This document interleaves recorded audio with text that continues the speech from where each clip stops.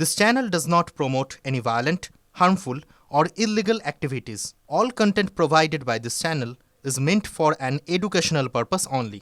ভিন রাজ্যে বাংলার পরিযায়ী শ্রমিককে নৃশংসভাবে পিটিয়ে খুনের অভিযোগ। ওড়িশা সম্বলপুরে চাঞ্চল্যকর ঘটনা। বাংলাদেশি সন্দেহে পিটিয়ে খুন অভিযোগ তৃণমূল কংগ্রেসে। সরাসরি বিজেপিকে নিশানা শাসক দলের। বিজেপি অবশ্য তৃণমূলের অভিযোগ খারিজ করেছে। মৃত জুয়েল রানার বাড়ি মুর্শিদাবাদের সুতিতে। 5 দিন আগে ওড়িশা সম্বলপুরে একটা বহুতল নির্মাণের কাজে যান এই জুয়েল রানা। সঙ্গে ছিলেন আরো কয়েকজন যুবক, তাদের মধ্যে 2 জন হাসপাতালে ভর্তি। ভিন রাজ্যে বাংলা শ্রমিক খুনের তুঙ্গে রাজনৈতিক চর্চা। উড়িষ্যাতে সম্বলপুরে তাদের উপরে আক্রমণ, ওই এক তকমা লাগিয়ে যে তোমরা বাংলাদেশি, তোমরা বাংলায় কথা বলছো, তোমরা বাংলাদেশি। আক্রমণ করেছে, একজন মারা গেছেন। কেন সকলেই নীরব? ভারতীয় জনতা পার্টির এত বড় বড় তাবর নেতা নেত্রীরা বলছেন, আপনারা নিশ্চুপ কেন? বাঁচতে চাই তাই বিজেপি তাই বলে একটা লিখেছে, এবং মাননীয় প্রধানমন্ত্রীও তার বক্তব্যে এই স্লোগানটাকে বলেছে। তাহলে কি একবারই প্রকাশ্যে হুমকি যে যদি বেঁচে থাকতে চাও তাহলে বিজেপিতে এসো? এটা কি সরাসরি ওই হুমকি আমরা দেখছি ভারতীয় জনতা পার্টির থেকে? কারণ বাংলায় কথা বলছেন, বিজেপি করে না, তাহলে তার উপরে আক্রমণ এবং হত্যা, যেটা সদ্য উড়িষ্যাতে আবার হল। সে বাংলাদেশি ছিল কি ছিল না, বাংলা ভাষী হওয়ার জন্যই তাকে পিটিয়ে খুন করা হয়েছে, সেটা তদন্ত সাপেক্ষ। আমরা যা খবর পাচ্ছি উড়িষ্যা গভর্নমেন্ট এই নিয়ে তদন্ত করছে।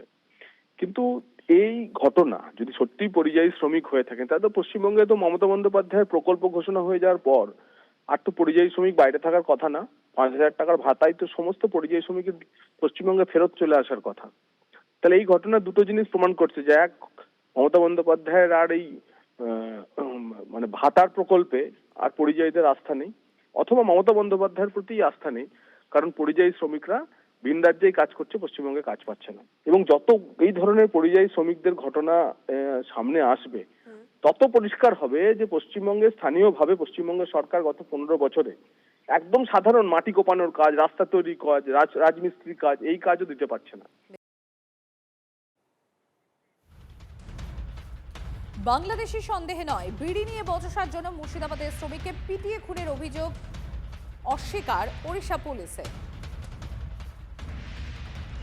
यहाँ कुछ लेबर लोग रहते थे और काम करते थे यहाँ आके, तो यहाँ कुछ लोकल लोगों के साथ उन लोगों का थोड़ा फ्रेंडशिप भी हो गया था। वो लोग नशा में उसका बीड़ी मांगने के एक छोटा सा इंसिडेंट में दोनों ग्रुप के बीच में एक झड़प हो गया था।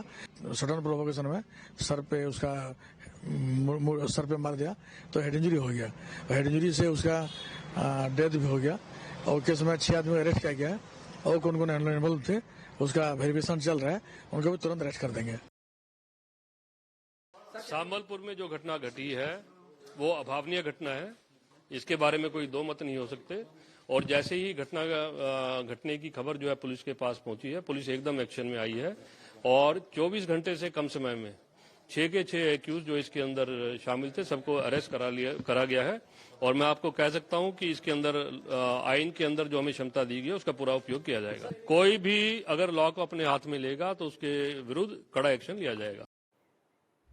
প্রলোভন দেখিয়ে ডাব্লিউবিসিএস অফিসারদের প্রভাবিত করার চেষ্টা মুখ্যমন্ত্রী।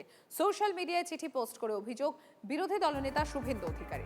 অফিসারদের ভয় দেখাচ্ছেন বিজেপি নেতারাই, পাল্টা অভিযোগ মন্ত্রী শশী পাঁজা। এদিকে এসআইআর শুনানির আগে মুখ্য নির্বাচন আধিকারিককে চিঠি দিয়েছে ডাব্লিউবিসিএস অফিসারদের সংগঠন। ভোটারদের বক্তব্য শোনার পরেই যাতে নাম বাদের বিষয়টি বিবেচনা করা হয় সেই আবেদন জানানো হয়েছে। ডাব্লিউবিসিএস দের যে লোক দেখাচ্ছে, এই লোকের ফাঁদে তারা পড়বেন। আগামী শনিবার শুরু হচ্ছে এসআইআর এর শুনানি। ঠিক তার আগে ডাব্লিউবিসিএস অফিসারদের নিয়ে চাঞ্চল্যকর দাবি করলেন বিরোধী দলনেতা শুভেন্দু অধিকারী। আর অভিযোগ, প্রলোভন দেখিয়ে ডাব্লিউবিসিএস অফিসারদের প্রভাবিত করার চেষ্টা করছেন মুখ্যমন্ত্রী। এর পাল্টা বিজেপির বিরুদ্ধে সরকারি অফিসারদের ভয় দেখানোর অভিযোগ তুলেছে তৃণমূল। তারা নয় কোনো এই ধরনের উৎসাহ দেন না, তারা হুমকি হামকা দেন।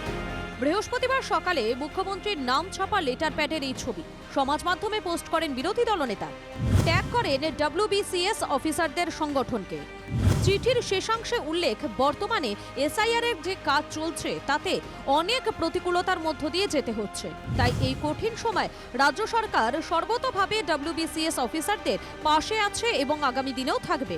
এই অংশটিকে দাগিয়ে গুরুতর অভিযোগ তুলেছেন শুভেন্দু অধিকারী। এখানে ট্রান্সফার এবং অন্যান্য পোস্টিং হচ্ছে আইপ্যাক এবং কে কতটা দাসত্ব স্বীকার করবেন, অপকর্ম করতে পারবেন তার উপরে। এমনকি পোস্টিং হচ্ছে ধর্ম সম্প্রদায় দেখে, পোস্টিং হচ্ছে ওবিসি ভুয়া সার্টিফিকেট ধারীদের। যে আইএস অফিসাররা এই নির্দেশগুলো দিচ্ছেন সেন্ট্রাল গভর্নমেন্টের ডিএ এনজয় করছেন, পে স্কেল এনজয় করছেন। আর ডব্লিউবিসিএস হচ্ছে West Bengal cadre, 7th pay commission হয়নি কেন? তারা তো সবসময় মানুষকে অসম্মান করছেন, বাংলাকে অসম্মান করছেন।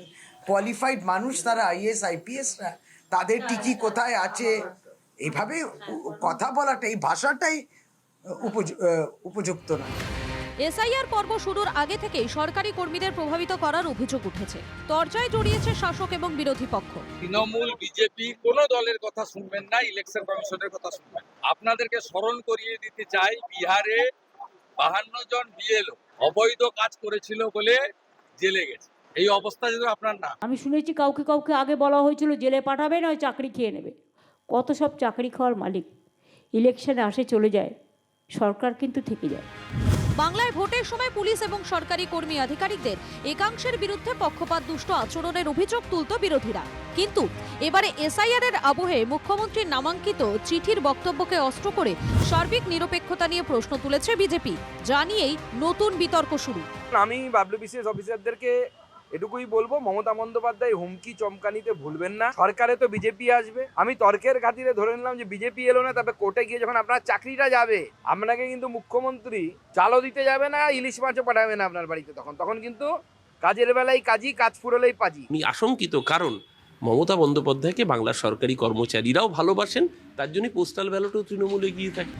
শনিবার এসআইআর এর শুনানি পর্ব শুরু। তার আগে কমিশন জানিয়েছে তালিকায় অবৈধ ভোটার থাকলে দায় ইআরওদের, তাদের শাস্তিও হতে পারে বলে সতর্ক করে দেয় কমিশন। এই পরিস্থিতিতে মুখ্য নির্বাচনী আধিকারিককে চিঠি দিয়েছে ডব্লিউবিসিএস অফিসারদের সংগঠন। সূত্রের খবর, চিঠিতে তাদের আবেদন, খসড়া তালিকা থেকে নাম বাদ দেওয়ার আগে প্রত্যেক ভোটারকে শুনানির সুযোগ দেওয়া হোক। সবার বক্তব্য শোনার পরেই যাতে নাম বাদ দেওয়ার বিষয়টি বিবেচনা করা হয়, সেই আবেদন জানানো হয়েছে ডব্লিউবিসিএস অফিসার সংগঠনের তরফে। Bureau report, TV9 Bangla.